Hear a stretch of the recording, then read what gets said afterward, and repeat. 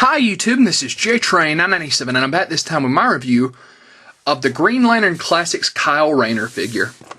Now, I was really surprised when I first got the package from Big Bad Toy Store and pulled this guy out, because I didn't know he was actually going to come with a ring construct, which as you can see here, he's got kind of this big glove and the sword, which looks to have some really nice detail, and he's also got his lantern, which I'm surprised is an all-new mold and not just a rehash of the same old one we get with a lot of the Green Lanterns from this line. So, yeah, I was really big when this line first came out with oh, I hope we get a lot of ring constructs, and so far they've delivered on most figures. You also get the, I believe that's the right leg of Arquillo. Yep. So on the back of the packaging here, his read-up says, after Hal Jordan was possessed by the fear entity Parallax and destroyed the Green Lantern Corps, Ganthet's sole remaining guardian of the universe chose Kyle Rayner to become the fourth human to wield an Owen power ring. Kyle helped to restore the Green Lantern Corps and purge the influence of Parallax from his fallen predecessor, earning him a place in the elite Green Lantern Corps Honor Guard. Stats: first appearance Green Lantern 3rd Series, number 48, January 1994, real name Kyle Rayner.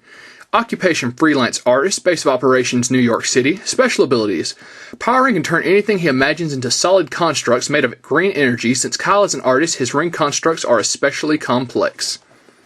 Down here you got the rest of the characters in the line, which were himself, Black Hand, Black Lantern Abensor, Sinestro Corps Mongol, Sinestro Corps Lowen Mash, and the Manhunter, and of course Arquillo when he's finished. So that being said, Kyle looks like a fantastic figure. Let's pull him out of the packaging. And here we have Kyle Rayner out of packaging. Now his only piece here, his Collect and Connect. You can see it's just the right leg. So we'll be throwing that off to the side here and getting a better look at Kyle.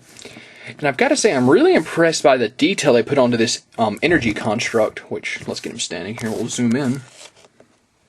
So you can see they really did a great job detailing the glove. It's got the spikes, it's got the lantern logo. Even the hilt of the sword has the lantern logo, and they even have some etching in it all the way up. So a fantastic job of detail. You can see the way his fist connects here. It doesn't seem to want to go all the way in. It's almost like you just clip it on and let his fist stay about halfway back from it. And the sword is permanently in the glove, it would appear, which doesn't bother me. I like that. But a really nice energy construct, very unique. Of course, his lantern, which is over here. So you can see some nice detail on that as well. Although I don't think they had the words China printed on their batteries in the comics, but that's just some merchandising stuff. And before we go into articulation, we'll have a look at the detail on Kyle, not just the construct. And as you can see here, once again, they've actually sculpted on the ring in a very nice, very nicely detailed little sculpt. Kyle himself has a lot of nice detail on him, a lot of great paint, with no noticeable runs or errors that I can find. So his articulation, he's a full 360 at the head. He goes up and down. His arms go out and do a full 360. Spin at the bicep, bend at the elbow, and spin at the wrist. His torso does a full 360. His abdomen movement is a little bit stiff, but it seems to be freeing up as I move it.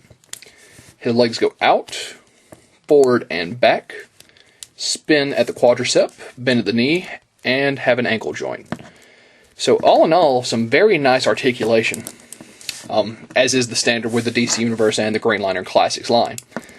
So let's get his lantern back in his hand, and get his energy construct back over here. So the Green Lantern line, the Green Lantern Classics line, at the time of making this video, is still not very well out there as far as being in stores. I'm assuming as 2011 goes on, they'll show up in a lot more places. Right now, the only real way to get these is offline. So, the best way to get them is in a set, I say. But if you're only going to buy one or two, Kyle Rayner is definitely one of those figures that you gotta have one of. The energy construct is great. His lantern is unique.